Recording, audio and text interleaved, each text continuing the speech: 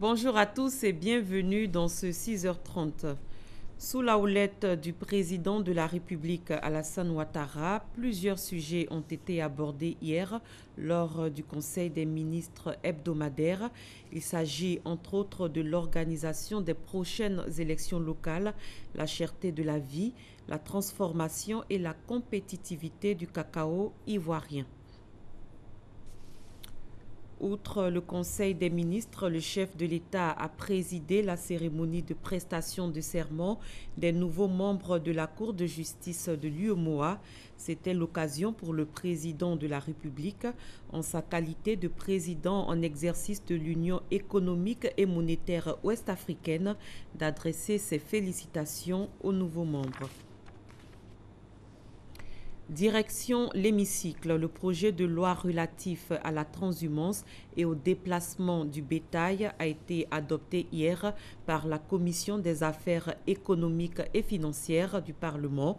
Ce projet a pour but de trouver une solution au conflit entre éleveurs et agriculteurs et à formaliser le secteur agro-pastoral.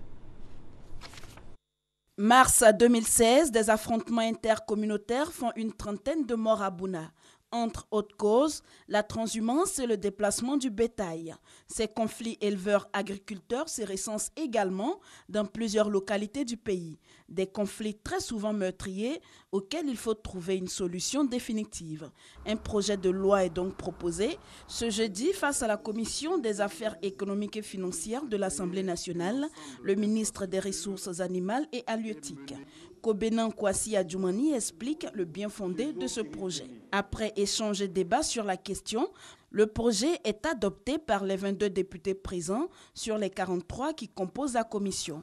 Pour le ministre, il s'agit d'une avancée majeure. C'est important parce que ça va être l'occasion pour la Côte d'Ivoire de disposer d'un outil précieux qui va nous permettre de réglementer l'élevage en Côte d'Ivoire.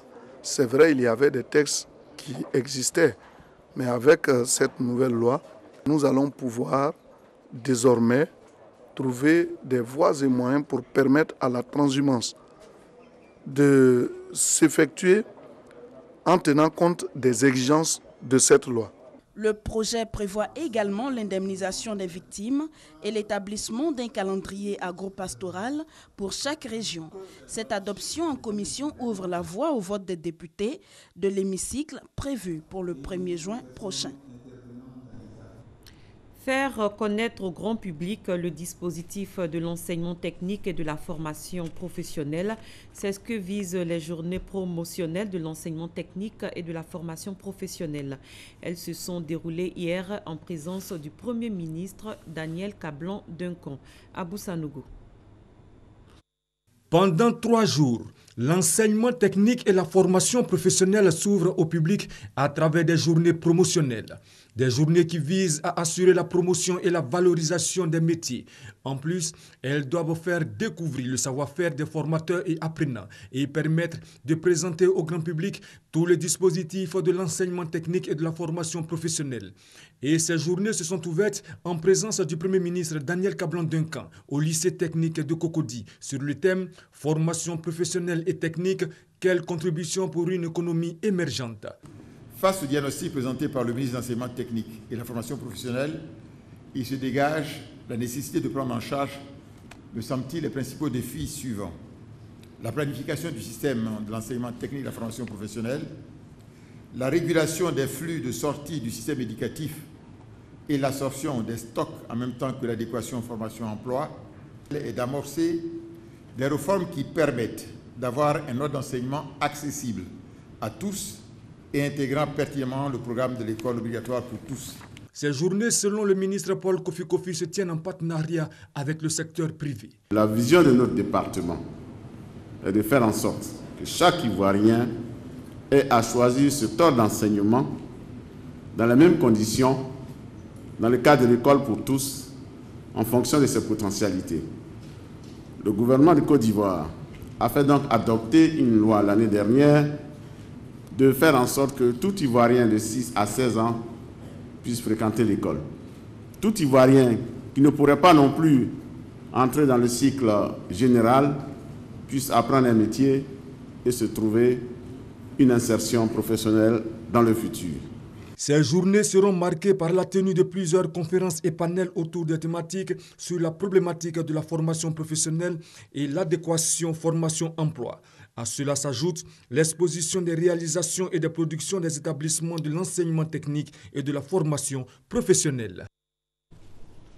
Après plusieurs mois de prise en charge psychosociale et une formation au métier de la mécanique, de la couture et de la menuiserie, des ex-délinquants mineurs ont reçu hier des kits pour leur réinsertion dans la société.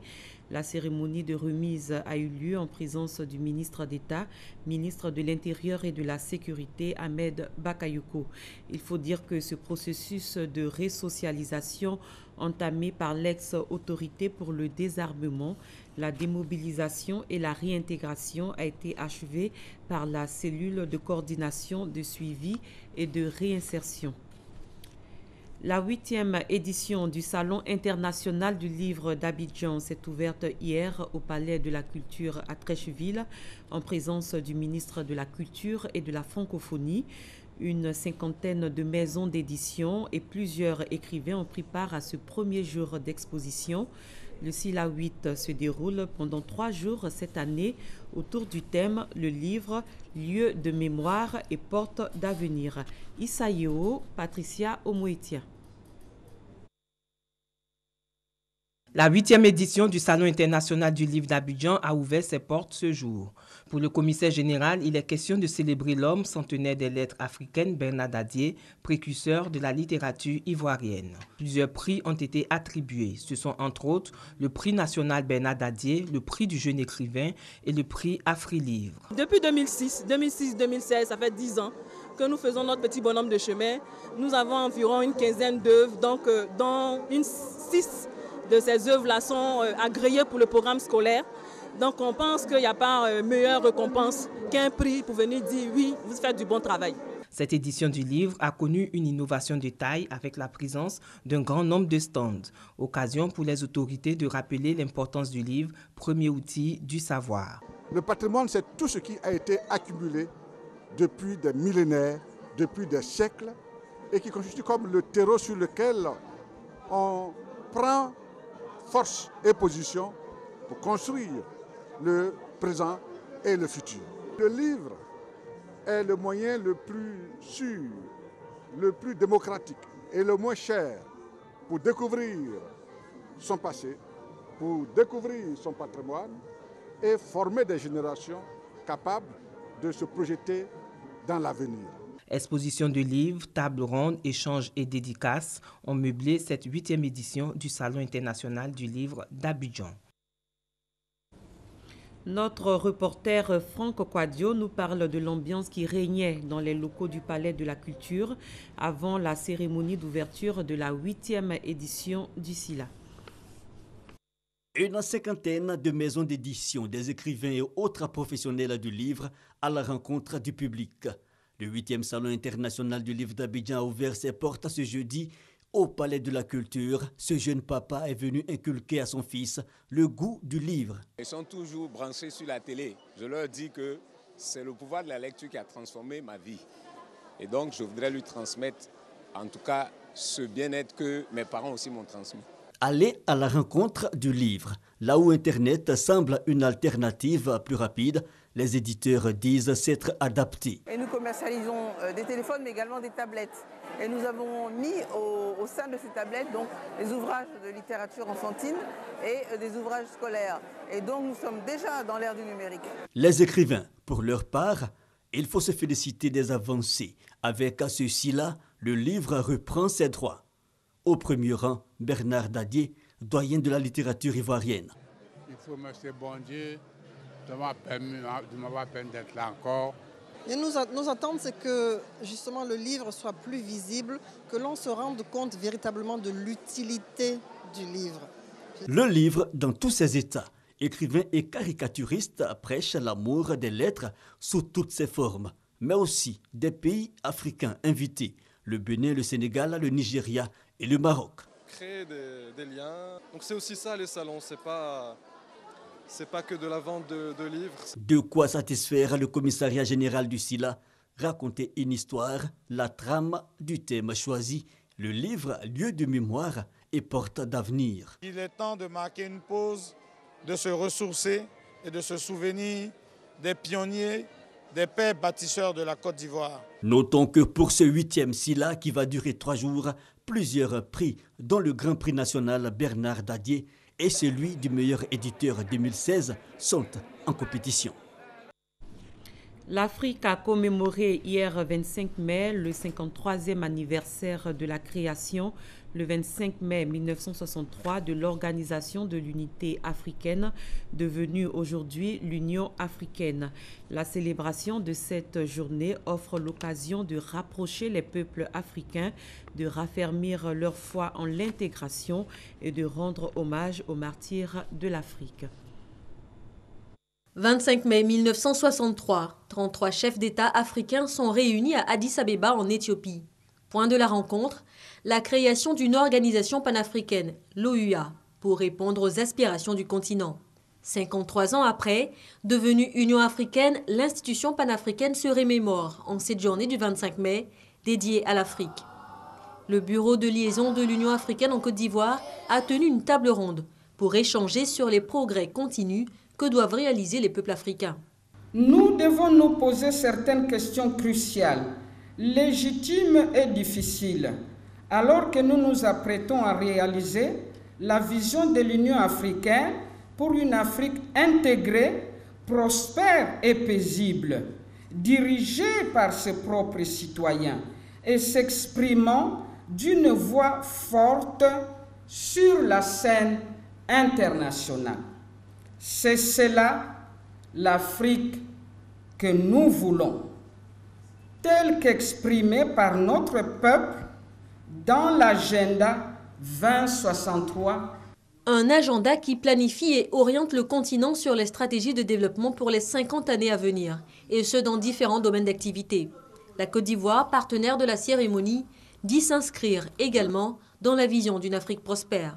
La Côte d'Ivoire, consciente de l'importance de l'agenda 2063 pour l'Afrique et pour chacun des États qui la composent, contribuera pleinement à sa mise en œuvre par des propositions concrètes dans les domaines spécifiques de compétences qui constituent ses atouts et pour lesquels le processus de validation gouvernementale est en cours. Nous ne ménagerons aucun effort pour continuer à œuvrer au renforcement de notre coopération avec l'Union africaine.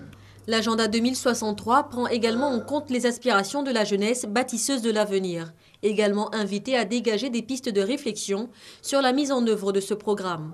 Un programme ambitieux de transformation socio-économique du continent africain pour un développement durable. La police congolaise a dispersé hier à la mi-journée une manifestation d'opposants au président Joseph Kabila à Kinshasa, la capitale de la République démocratique du Congo, après que le cortège se soit écarté de l'itinéraire autorisé par les autorités locales. 3 coalitions d'opposants avaient appelé la population à descendre dans la rue sur tout le territoire de la République démocratique du Congo. Les manifestants exigeaient la tenue d'une présidentielle avant le terme du mandat du président Joseph Kabila le 19 décembre. Ils entendaient également dénoncer un arrêt de la Cour constitutionnelle autorisant le chef de l'État à se maintenir dans ses fonctions si l'élection n'était pas organisée d'ici là. Herman Guivet. Dans les rues de Kinshasa ce jeudi, des manifestants. Jets de pierre contre tirs de gaz lacrymogène, course-poursuite, c'est le spectacle qu'offrait la capitale. Raison de ces rassemblements, protester contre l'arrêt de la Cour constitutionnelle qui autorise Joseph Kabila, l'actuel président, à rester à la tête de l'État au-delà du terme de son mandat. C'est en décembre 2016 que doit prendre fin le mandat de Joseph Désiré Kabila, accusé par l'opposition d'empêcher la démocratie de s'exprimer dans son pays. Joseph Désiré Kabila fait face à un mouvement de mécontentement. Autre motif de cette grogne de l'opposition, l'acharnement du pouvoir Kabila sur Moïse Katumbi, figure emblématique de l'opposition qui compte des milliers de partisans. Selon certains observateurs, cette marche de l'opposition devait permettre aux partis au pouvoir de mesurer le degré de mobilisation de l'opposition. Une autre marche était prévue pour se tenir le même jour, celle des partis de la mouvance présidentielle. Elle sera finalement annulée. Une marche de l'opposition qui avait pourtant été autorisée par le gouvernement et qui finalement sera vigoureusement dispersée par la police. Les manifestants auraient dépassé le cordon de sécurité imposé par les autorités locales. Un vent de protestation qui s'est étendu à plusieurs grandes villes du pays, notamment Kisangani, où une personne aurait perdu la vie. L'opposition congolaise entend recourir à toutes les actions légales pour exprimer son mécontentement. Elle entend surtout intensifier sa présence sur le terrain pour obliger le pouvoir de Kinshasa à respecter le calendrier de l'élection présidentielle prévue pour se tenir en décembre prochain. En France, la mobilisation contre la loi travail ne faiblit pas. Au terme de la 8e journée nationale de manifestation, le secrétaire général de la CGT, Philippe Martinez, a exigé d'être reçu par le président François Hollande. Au moins 153 000 selon les autorités et près de 300 000 selon la CGT. Les manifestants contre la loi travail ont battu le pavé dans les grandes villes de France ce 26 mai. Profitant de la tenue du G7 au Japon, le président américain Barack Obama se rendra à Hiroshima. C'est la première fois qu'un président des États-Unis en exercice va dans la ville martyre, dévastée le 6 août 1945 par la première bombe atomique, une bombe américaine qui a fait 140 000 morts. C'est la fin de ce 6h30. Merci de l'avoir suivi. Très bon début de journée à tous et à toutes.